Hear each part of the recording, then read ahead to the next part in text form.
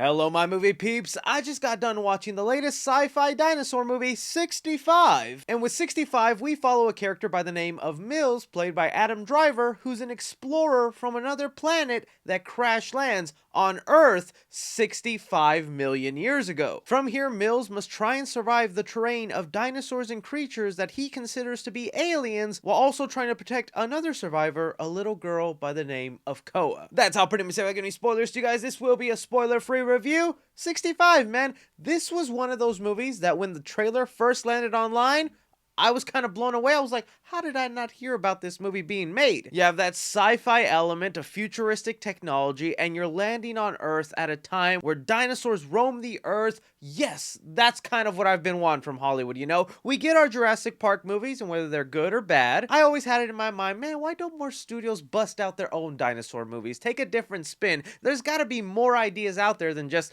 a theme park full of dinosaurs, right? So when I saw the trailer for 65, and even the creative team behind it, Scott Beck and Brian Woods, who both directed and wrote this movie, they had a heavy hand in writing the Quiet Place movies, and even Brian Woods worked on Haunt, which I think is kind of a little underrated horror movie if you haven't seen that one. It seemed like this movie would be a for sure knockout. Then we started getting closer to the release date of this movie, and the studio was going back and forth on when to release it, you know? Should we have it on its own weekend, or maybe right next to Shazam! Fury of the Gods? Or no, let's just put it under Scream 6 and hopefully no one else will pay attention to it, because they didn't allow press to see this movie early, and also lifted the review embargo the day the movie releases, which is always a red flag. And now, having seen the film, man, this thing had so much potential. Now, I'm not gonna say it's like utter trash or garbage. I actually don't think it's a bad movie, but I think it is painfully generic. Jumping into some of the good things before I get into some of the stuff that I feel was really holding 65 back is, for one, I dug some of the futuristic elements thrown in here. I think that's one of the aspects that really appealed to me, because I think that alone is a cool concept. You have dinosaurs that to us in concept is such a prehistoric thing,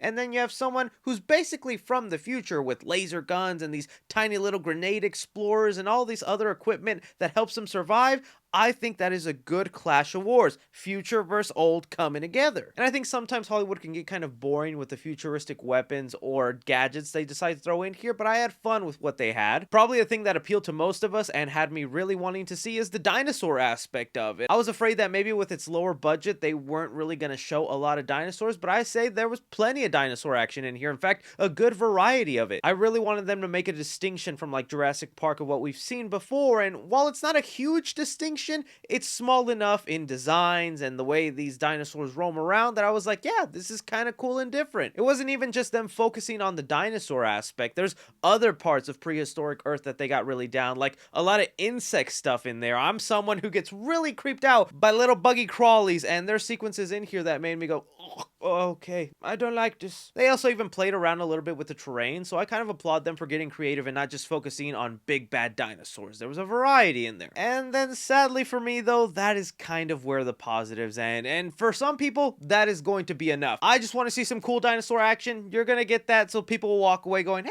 that wasn't half bad. But in between those cool dinosaur moments, man, one of the most glaring issues in 65 is Adam Driver and the relationship between this little girl. Now, I don't want to put too much fault on the little actress here, because being a kid actor is hard enough, but even Adam Driver, who I consider to be like one of the A-list actors, can give a real amazing performance.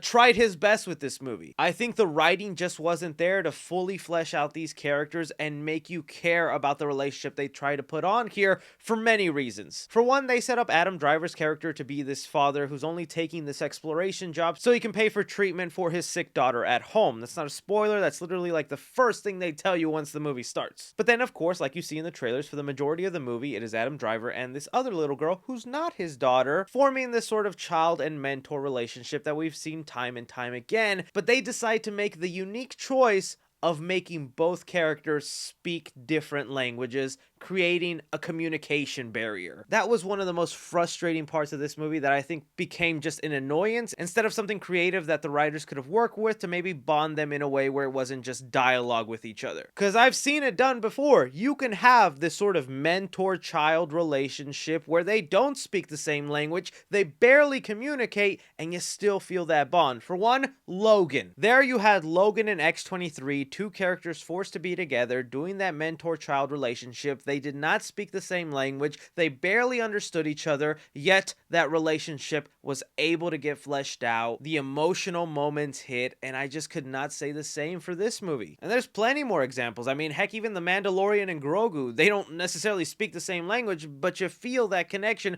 between the characters regardless of the dialogue. And there's like a lot of forced scenes in here where the movie is trying to directly tell the audience, hey, you're supposed to be thinking that he sees her as his daughter, and that's why they're bonding here. When just because the movie gives me those visual cues doesn't mean that's what I'm gonna be feeling. And to me, because the relationship just didn't seem believable or they didn't have great chemistry with each other, there are moments in here where they try to build up kind of that cuteness factor where they're joking with each other or having lighthearted moments.